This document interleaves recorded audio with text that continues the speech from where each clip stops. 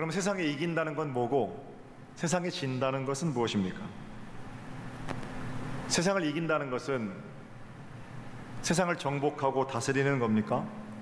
가장 높은 자리에 올라서서 세상 모든 것들을 발 아래에 두는 것, 세상에서 말하는 이기는 거죠. 그럼 이런 승리가 본문에서 말하는 하나님께로부터 난 자는 다 출세하고 높은 데 올라가서 세상을 발 아래에 두고 설 거다, 뭐 이런 종류의 얘기겠습니까? 물론 그것도 이기는 겁니다. 그러나 우리 예수님을 통해서 구원받았고 동시에 예수 따라 사는 자들 아니겠습니까? 예수님의 모습을 생각해 보면 세상을 발 아래에 두고 호탕하게 웃으시는 예수님의 모습은 상상할 수 없습니다. 악인의 머리를 밟고 서서 마지막에 큰 웃음 짓고 계신 예수 그리스도, 저는 성경에서 그런 모습을 발견할 수 없었습니다.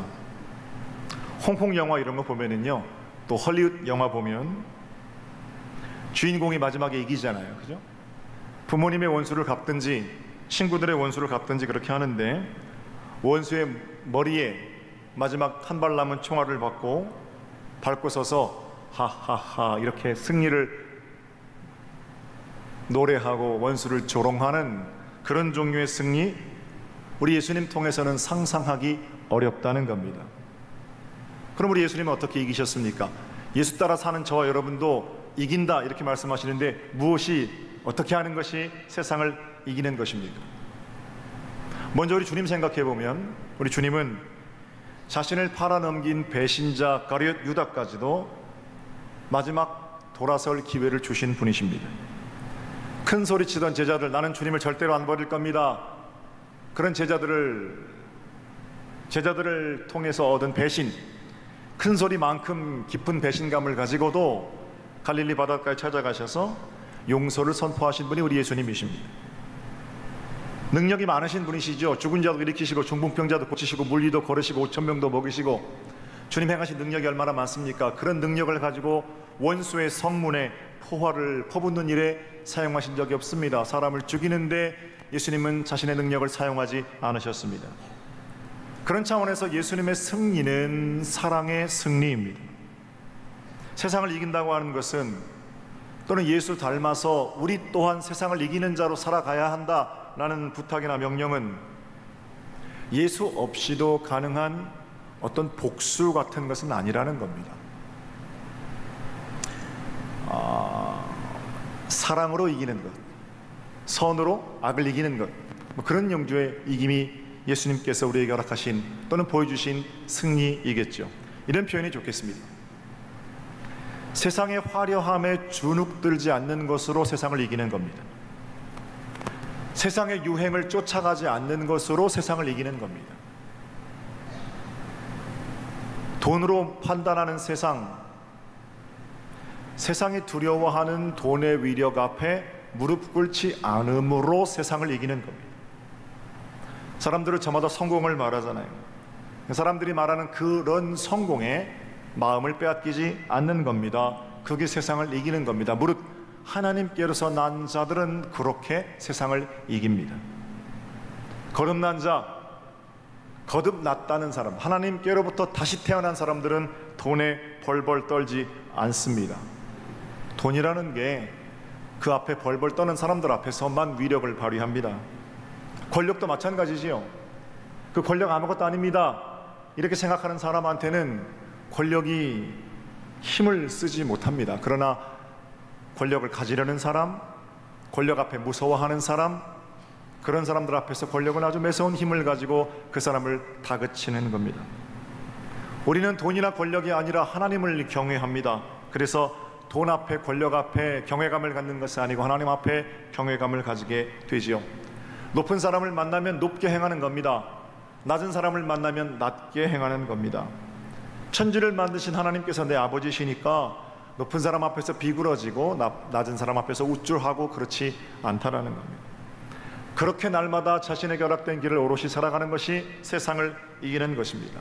사랑하는 여러분, 세상을 이기는 진짜 승리가 여러분의 것이 되기를 주님의 이름으로 축복합니다. 자, 한편 세상을 이긴다고 말할 때 여기서 세상은 교회 밖 어두운 땅만을 말씀하시는 것이 아닙니다.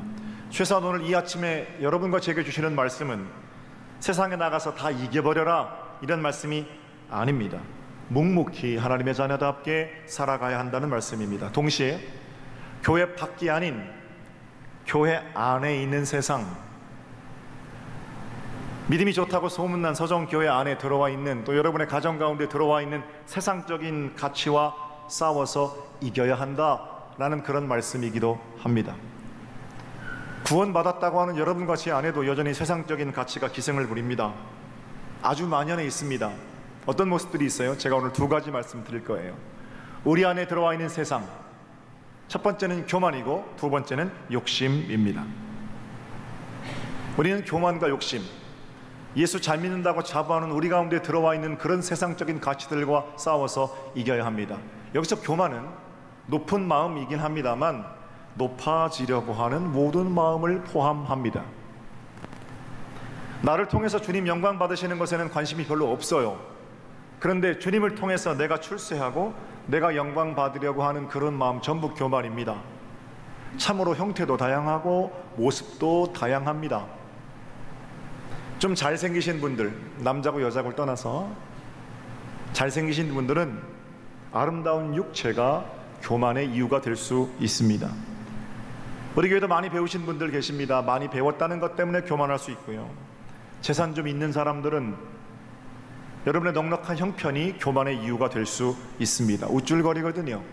낮은 자리에 있을 때는 안 그랬는데 뭔가 좀 높아지고 나서 머리에 뿔이 나는 겁니다. 그 뿔 가지고 여기저기 자기는 안 그런다고 그러는데 여기저기 치받고 다니는 거예요. 그게 교만이에요.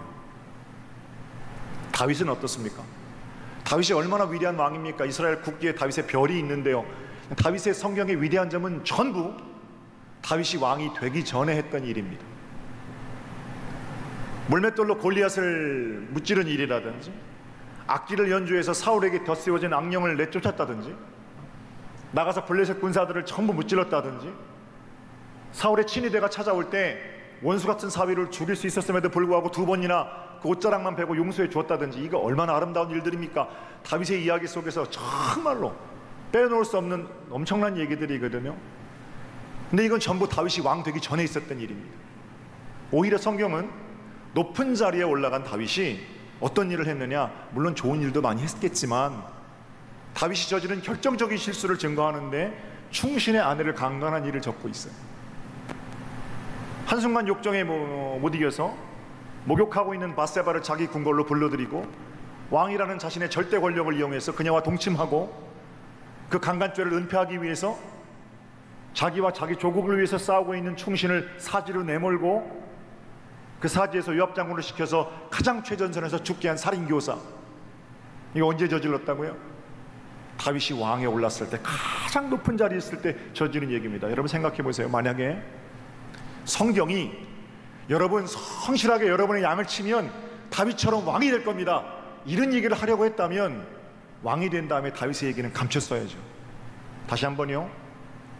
성경이 말하기에 다니엘 위인전이고 다윗 위인전이라면, 그래서 여러분 다니엘처럼 기도하고 다윗처럼 용맹하면 총리도 되고 왕도 됩니다, 이런 얘기를 성경이 우리에게 해주려고 했다면 부끄러운 얘기들은 전부 좀 괄호 속에 집어넣든지 축소화시키든지 이렇게 해야 맞습니다. 그런데 성경은 아주 가감없이 다윗의 공도, 과도, 명도, 암도 똑같이 싣고 있다는 거예요. 그건 뭐예요?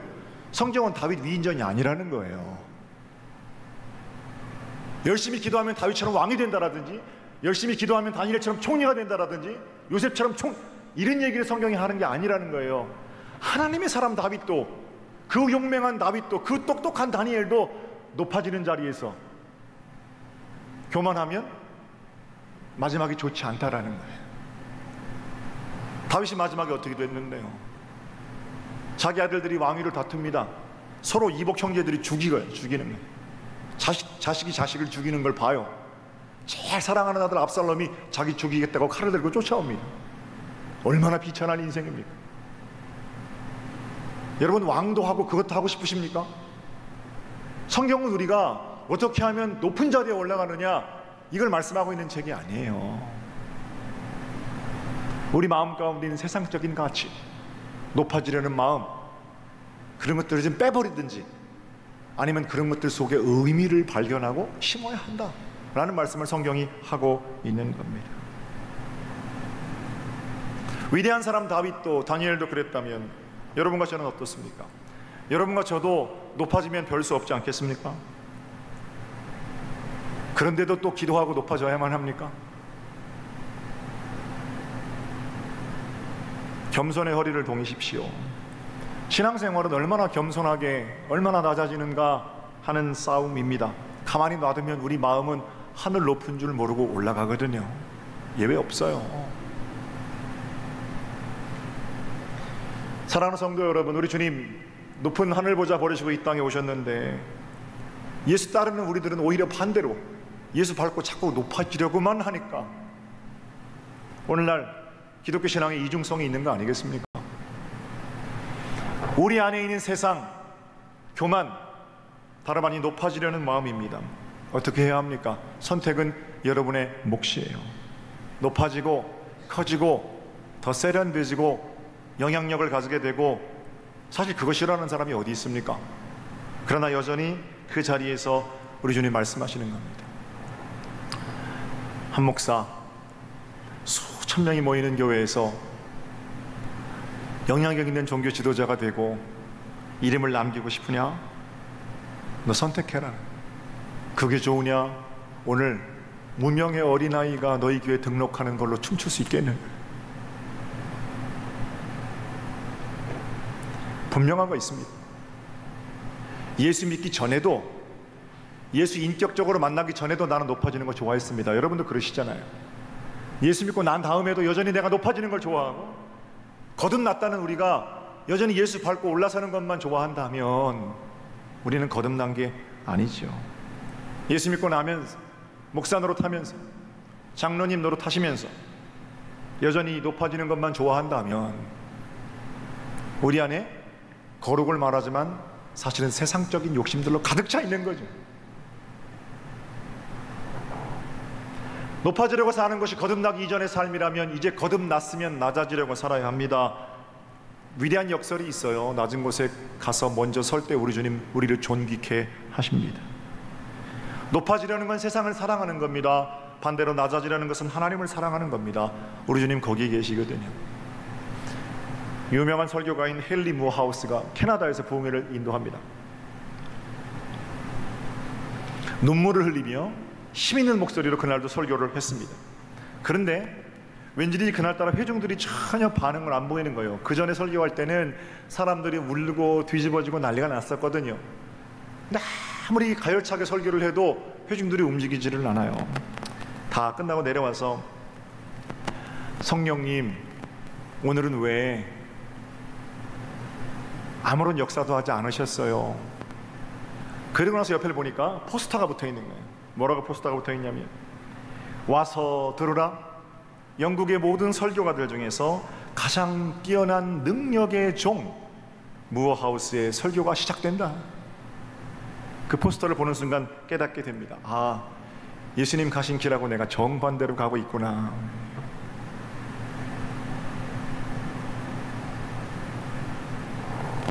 높아지려는 마음, 아무리 좋은 곳으로 포장해도 그 송곳은 반드시 사람 찌르게 되어 있습니다.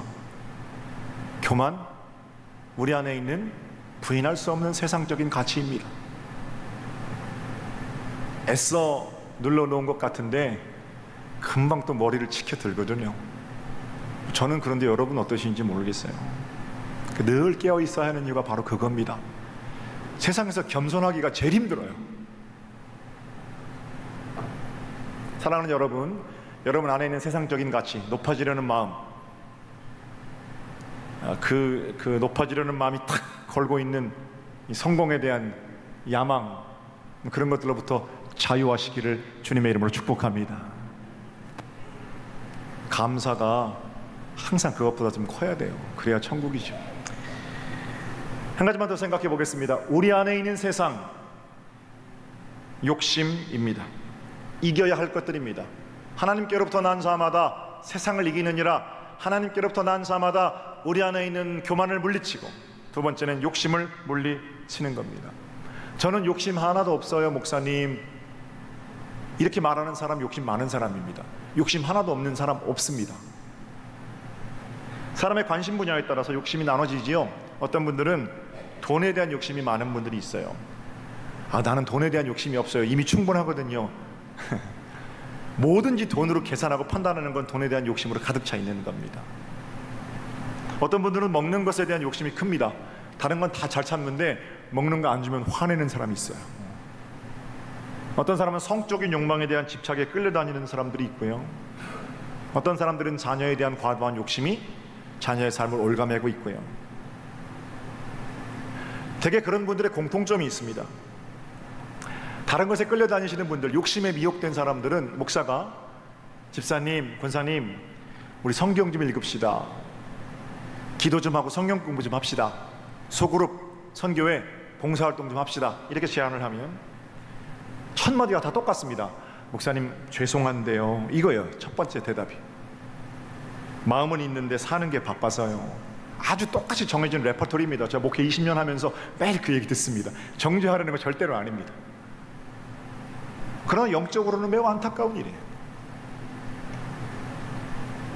매일 아침 출근해서 컴퓨터 앞에 앉아서 인터넷으로 그 인터넷 기사들 봤던 거 또 보고 봤던 거 또 보고 뭘 그렇게 들여다봅니까? 복습하고 저녁에는 친구들 만나서 밥 먹고 술 먹고 그러면서 그거 다시 재복습하고 그렇게 하는데 성경 말씀은 바빠서 못 본대요. 책 좋아하시는 분들은요, 읽고 싶은 책을 주문해서 보는데 주문해서 그 책방에 없으면 중고 서점 다 찾아다니면서 전국의 수서점에서 결국 그 책을 구해서 읽더라고요. 그러면서 성경 말씀 하루에 한 장, 두 장도 안 보면, 운동 좋아하시는 분들은 몸이 아무리 피곤해도, 몸이 아무리 부서져라 피곤해도 운동 안 하면 더 피곤하다고 운동 시간만큼 꼭 지켜서 가서 운동하는 거예요. 자기 몸을 위해서. 그러면서 거룩한 운동하자고 그러고 성경 읽자고 그러면 시간이 없다고 그래요. 시간이 없는 게 아니고요, 믿음이 없는 거예요. 무엇에 이끌려 사는지가 아주 분명한 겁니다. 교회 안에 있지만, 직분도 받았지만, 목회도 하지만 세상적인 것에 이끌려 있는 것 정직하게 인정해야죠.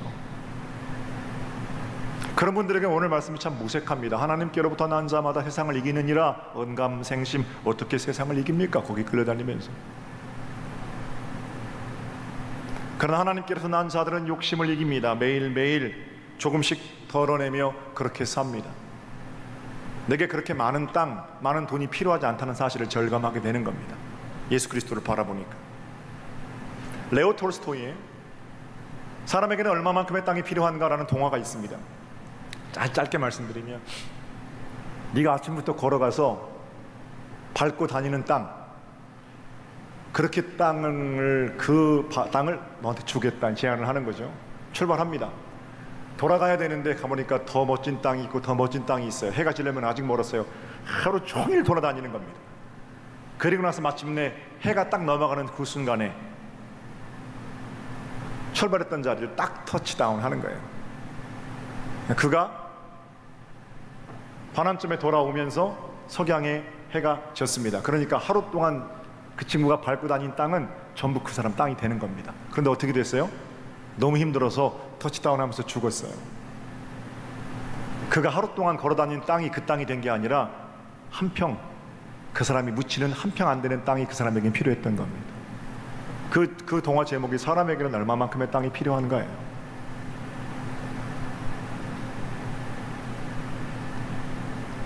하나님 앞에서 우리에게 그렇게 많은 것들이 필요한가? 필요하지 않은 것들로부터의 자유? 이런 것들을 만끽하는 사람, 그런 사람만이, 내게 주시는 것으로 절대 평강, 절대 만족을 누리는 사람만이 욕심을 덜어내며 거룩하게 살아갈 수가 있습니다. 자, 교만, 욕심, 두 가지 우리 가운데 있는 세상적인 것들을 말씀드렸어요. 사도 요한이 이것들을 털어내는 방법으로 제시하고 있는 게 있습니다. 4절을 다시 보세요. 4절. 무릇 하나님께로부터 난 자마다 세상을 이기느니라. 아멘이죠. 세상을 이기는 승리는 어떻게 해요? 우리의 믿음이다, 이렇게 말합니다. 5절에 어떤 믿음을 말하고 있는 거냐? 신뢰가 깊은 사람, 이런 종류의 믿음이 아니라 5절의 이 믿음이, 예수께서 하나님의 아들이심을 믿는 자가 아니면 세상을 이기는 자가 누구냐? 예수 그리스도를 통해서 얻은 구원, 우리의 소망이 그저 이 땅 가운데 잘 먹고 잘 사는 것에 있는 것이 아니라 영원한 생명, 천국을 미리 맛보고 사는 삶, 거기 있다고 믿는 사람들, 그런 사람들 하나님께로부터 온 자들 아닙니까? 철학도 세계관도 가치관도 다 뒤집어진 사람들 아닙니까? 그런 사람들, 하나님께로부터 나온 사람들이 아니라면, 천국에 대한 소망을 갖고 있지 않은 사람들이라면 누가 그 욕심 무찌를 거며 누가 높은 데 올라가는 건 마다하며 그렇게 살겠느냐는 겁니다. 아주 정확한 지적이죠. 우리가 얻은 구원, 그것과 욕심과 교만을 결별하는 것과 이렇게 연결되어 있다는 겁니다. 그럼 어떻게 연결되는 겁니까? 사도 요한 생각을 해볼까요? 요한이 요한일서 5장에 걸친 편지를 쓰면서 처음에 어떻게 시작하냐면, 믿음 후배들에게 여러분 힘들고 어렵지요? 이 고난의 상황 속에서 나는 예수님과 3년 동안 동고동락했습니다. 여러분이 말하는 그 하나님이 이 땅에 오셔서 내가 눈으로 봤고 손으로 만졌고 코로 냄새 맡았고 그분을 느끼며 그렇게 살았습니다. 그분을 느끼며 그렇게 살다 보니까 그분처럼 사는 길이 있습디다, 이 말이거든요. 예수가 하나님의 아들이심을 인정하고 또 다른 세상을 사는 그런 길들이 있습디다. 이 땅에 발딛고 살아도 하늘 소망을 가지고 사는 길이 있습디다.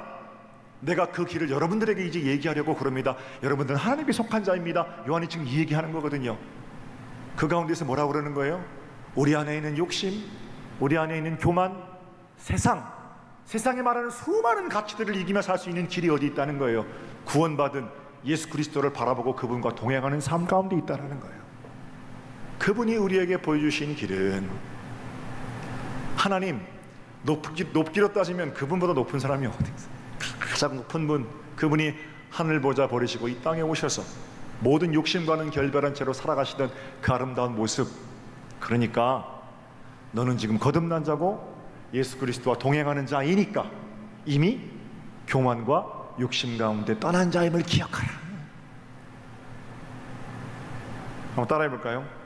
교만도 욕심도 이미 십자가에 못 박혔습니다. 할렐루야. 그렇게 선포하셔야 돼요. 내 힘으로 내가 이제 설교 말씀을 듣고 겸손하게 살아야 되겠다, 낮아져야 되겠다, 그리고 나섰다가 참다가 우리 무슨 말 하냐면, 도저히 못 참겠으면 이 자존심이 상해서 못 해먹겠다 그러잖아요. 자존심이 상해서 못 해먹겠다는 바로 그 자리에서 십자가 예수 그리스도 바라보는 겁니다. 그분이 자존심 내세우셨다면 우리 구원 못 받았죠. 예수를 그리스도로 믿는 믿음, 그분이 하늘 보좌 하나님의 아들이라는 자존심을 버리시고 거룩한 모습으로 인간이 되셨기에 우리가 구원을 받았음을 기억하게 되면 그때 조금 더 낮아질 수 있는 거고요.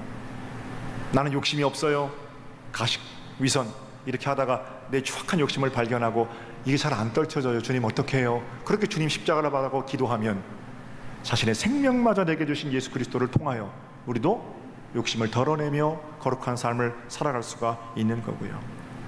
십자가의 능력은 우리로 하여금 우리 안에 있는 세상적인 것들을 이기며 살게 하시는 구체적인 능력인 줄로 믿습니다. 이번 한 주간 더 긴 말씀 드리지 않을게요. 세상을 이기는 믿음, 그 믿음 여러분의 것입니다. 가지고 승리하는 여러분 되시기를 우리 주님의 이름으로 축복합니다.